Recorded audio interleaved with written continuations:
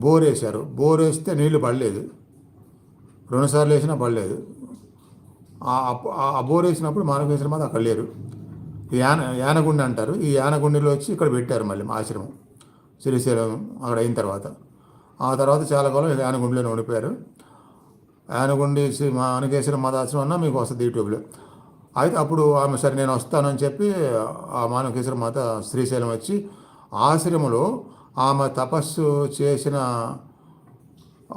ఒక 20 అడుగుల పక్కనే, తపస్సు చేసిన చెట్టుకి 20 అడుగుల పక్కన ఆమె చేతిలో ఎప్పుడు త్రిశూలం ఉంటుంది.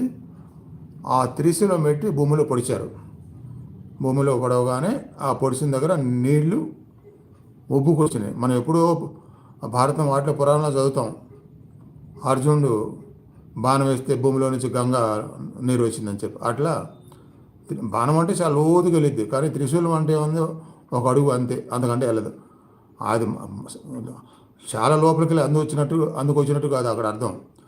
ఆమె యొక్క మహిమ అంతే, శక్తి. అక్కడ నీళ్ళు రావాలని మనసులో అనుకుని త్రిశూలం అక్కడ కూర్చోగానే అక్కడి నుంచి నీళ్ళు ఉబ్బుకొచ్చి బాగా దార మోటార్ వేసి టూపుతో కొడితే ఎలా వస్తాయో అలా వచ్చినాయి. అవి వాడు కూడా మొదలుపెట్టారు. ఒక విశేషం ఏంటంటే ఇది జరిగి మరి 30 సంవత్సరాలు 50 సంవత్సరాల పైన ఉంటుంది. ఆ త్రిశూలం వేసిన దగ్గర ఆ జల వేరే ఏది మోటార్ దగ్గర లేకుండా ఇప్పటికీ అలా వస్తూనే ఉంది.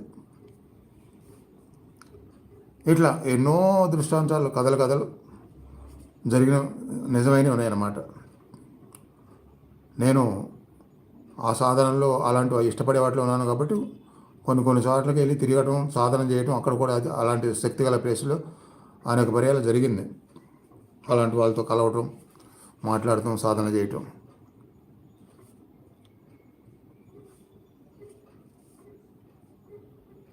ఎవరైతే పునర్జన్మ సిద్ధాంతపు శాస్త్రీయ సత్యాన్ని తమకు తాము నిరూపించుకోవాలని కోరుతారో వాళ్ళు ముందుగా మరణం తర్వాత కూడా చేతన నిరంతరాయంగా ఉంటుందనే నియమాన్ని, ఆత్మను శరీరం నుంచి సచేతనంగా విడదీయడం అనే కళను నేర్చుకోవడం ద్వారా తమకు తాము నిరూపించుకోవాలి. దీన్ని అనేక శతాబ్దాల కిందట హైందవ వైజ్ఞానికులు ఇచ్చిన నియమాలను అనుసరించడం ద్వారా చేయవచ్చు. నిద్రలో ఉన్నప్పుడు ఎరుగుతూ ఉండటం, సంకల్పానుసారంగా కళలు కనే సామర్థ్యాన్ని కలిగి ఉండటం. అంటే కళలు మన సంబంధం లేకుండా వస్తాయి చాలామందికి.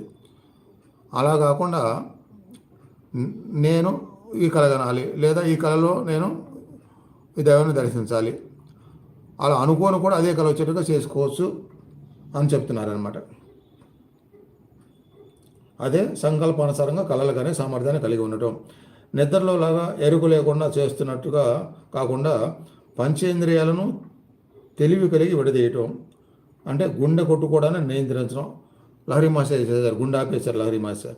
అంటే ఎరుగుతో చావును అనుభవంలోకి తెచ్చుకోవటం, లేదా శరీరం డోలాయమానంగా ఉన్న చేతనా స్థితి, చేతన స్తబ్దకంగా ఉండటం కాదు.